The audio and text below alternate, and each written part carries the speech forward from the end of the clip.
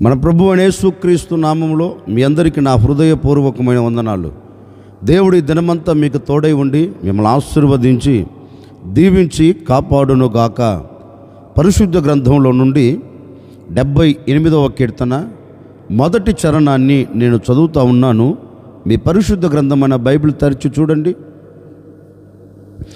నా జనులారా, నా బోధకు చెవియొగ్గుడి, నా నోటి మాటలకు చెవియొగ్గుడి. దేవాతి దేవుడు తన మనసులో ఉన్న అభిలాషను, దేవాతి దేవుడు తన మనసులో ఉన్న ఆలోచనను, దేవాతి దేవుడు తన మనసులో ఉన్న ఉద్దేశాన్ని, కోరికను వ్యక్తపరుస్తూ ఈ ప్రజలతో చెప్తున్నారండి. నా పేరు పెట్టబడిన నా జనులారా, నేను మీకు ఏదైతే బోధిస్తున్నానో, నేను మీకు ఏ మాట అయితే ఇస్తున్నానో, ఏ మాటనైతే నేను మీకు తెలియచేస్తున్నానో, ఆ బోధను, ఆ మాటను మీరు ఏం చేయాలంటే చెవియొగ్గి ఆలకించండి.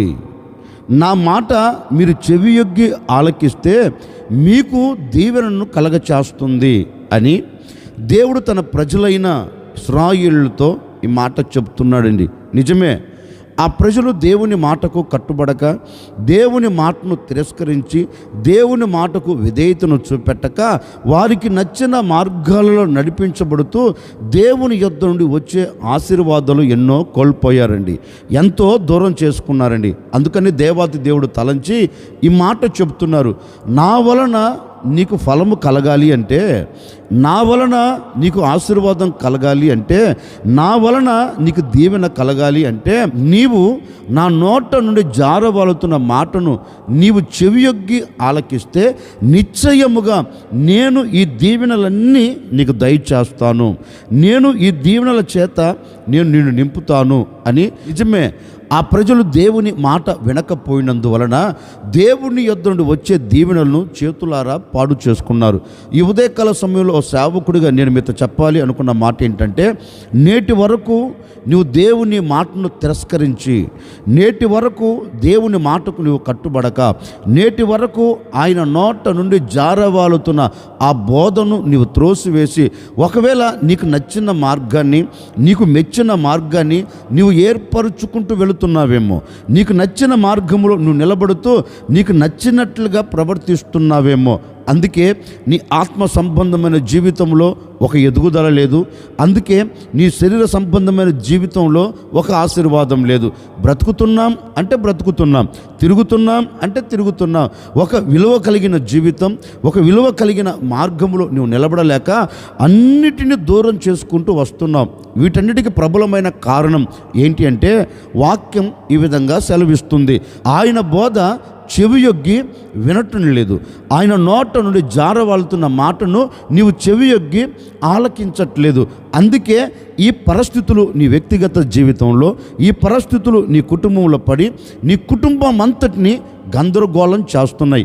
అందుకే ఈ ఉదయకాల సమయంలో మరలా ప్రభు మీ మీద జాలి కలిగిన వాడై, మీ మీద వాత్సల్యత కలిగిన వాడై, మీ మీద దయ కలిగిన వాడై ఈ ఉదయకాల సమయంలో మీతో చెప్తున్న మాట ఏంటంటే, ఇకనైనా నీవు నా మాట చెవియొగ్గి అంగీకరిస్తే, నీవు నా బోధను చెవియొగ్గి, నా మాటను చెవియొగ్గి నీవు అంగీకరించగలిగితే, నిశ్చయముగా ఈ దినము నుండి నేను తప్పక దీవెనకరంగా నిలబెడతాను. అందుకే యెషయా గ్రంథంలో కూడా ఒక శ్రేష్టమైన మాట రాయబడిందండి. మీరు సమ్మతించి నా మాట గైకొనిన ఎడల మీరు భూమి యొక్క మంచి పదార్థములు అనుభవిస్తారు అని. నిజమే కదండి, మనం దేవుని మాట వినకపోయినందువలన, దేవుని మాటకు మనం కట్టుబడకపోయినందువలన ఏ శ్రేష్టమైన పదార్థాలు మనం అనుభవించలేకపోతున్నాం, ఏ శ్రేష్టమైన ఈవులు మనం పొందుకోలేకపోతూ ఉన్నాం. నేననే మాట, నీవు దేవుని మాట వినకుండా ఎంత కష్టపడినా, నీవు దేవుని మాట వినకుండా ఎంత ప్రయాసపడినా, నీవు దేవుని మాటకు లోబడకుండా ఎన్ని చేతి పనులు చెయ్యాలని నీవు పూనుకొనినా దానిలో ఒక ఆశీర్వాదం నీవు చూడలేవండి. ఆ భూమి నుంచి వస్తున్న ప్రతి దీవెన నువ్వు అనుభవించలేవు. అందుకే దేవాతి దేవుడు అంటారు, మీరు సమ్మతించి నా మాట వింటే, మీరు సమ్మతించి నా మాట గైకొంటే భూమి యొక్క మంచి పదార్థములు అంటే నీ చేతుల కష్టార్జితం తప్పక నీవు అనుభవించగలుగుతావు.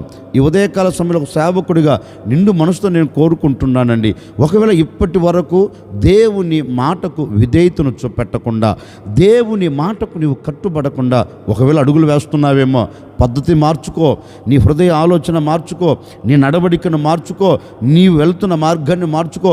ఇప్పుడు దేవుని మాటకు నీవు లోబడి, దేవుని మాటకు నీవు విధేయతను చూపెట్టి, దేవుని సన్నిధిలో నీవు శిరస్సు వంచగలిగితే, నీవు దేవుని సన్నిధిలో నీ మనసు విప్పి, నీ మనసారా ఆయన ఎదుట నీవు సాష్టాంగ పడగలిగితే, నిశ్చయముగా ఈ దినము నుండి శ్రేష్టమైన ఈవులను నీవు చూడబోతూ ఉన్నావు. శ్రేష్టమైన ఆశీర్వాదానికి నీవు నాంది పలకబోతూ ఉన్నావు.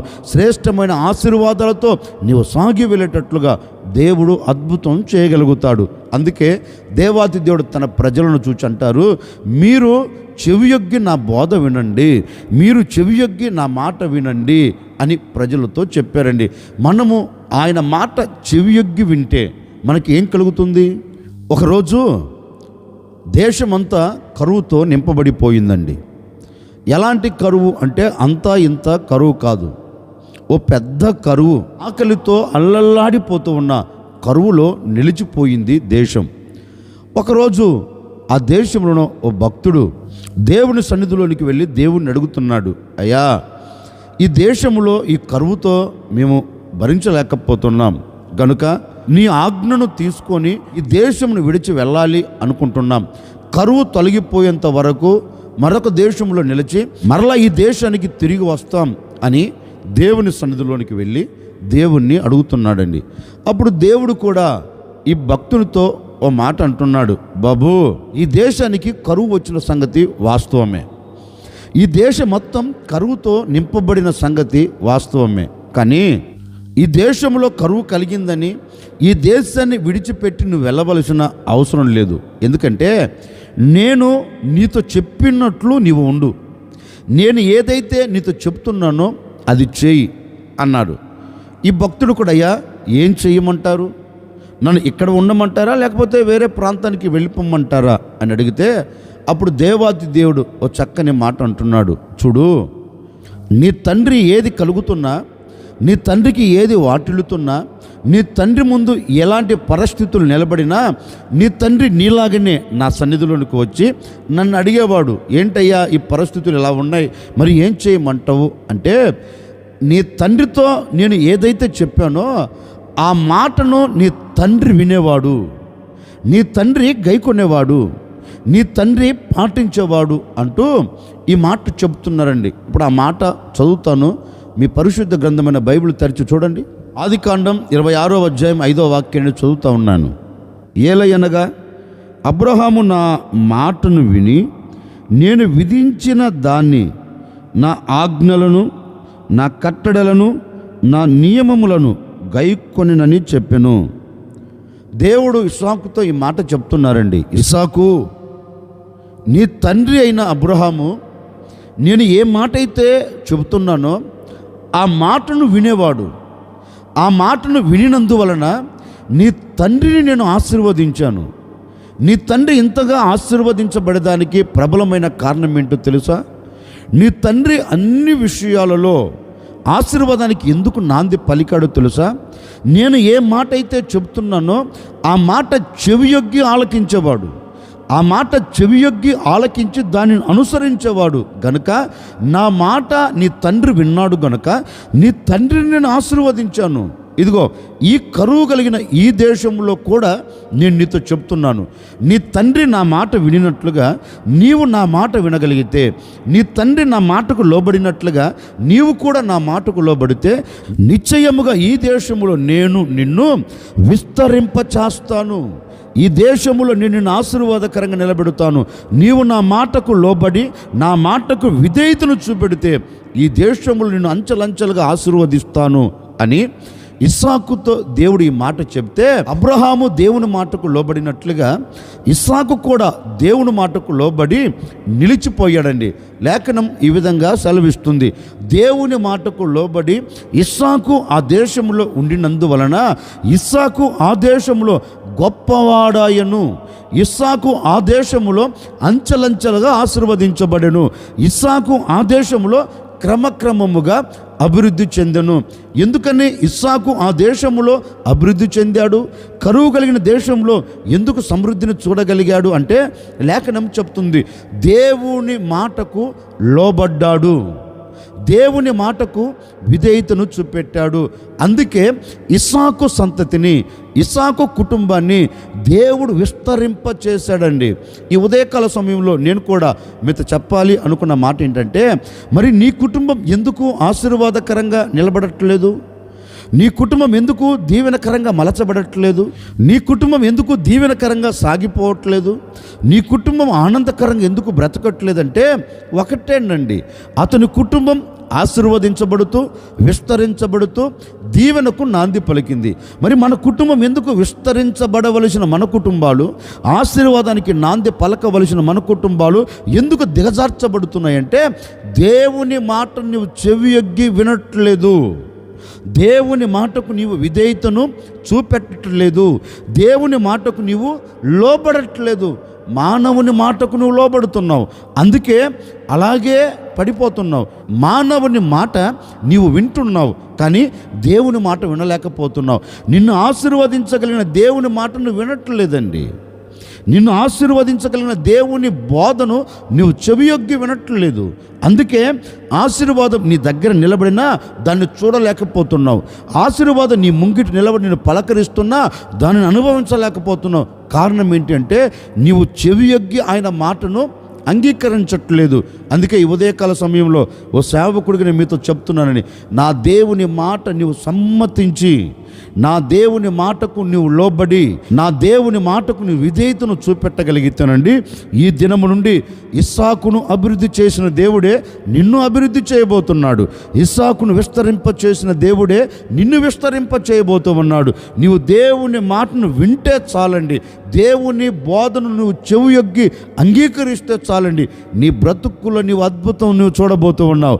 నీ బ్రతుకుల్లో ఒక నవనూతనమైన కార్యం అనుభవించబోతూ ఉన్నావు.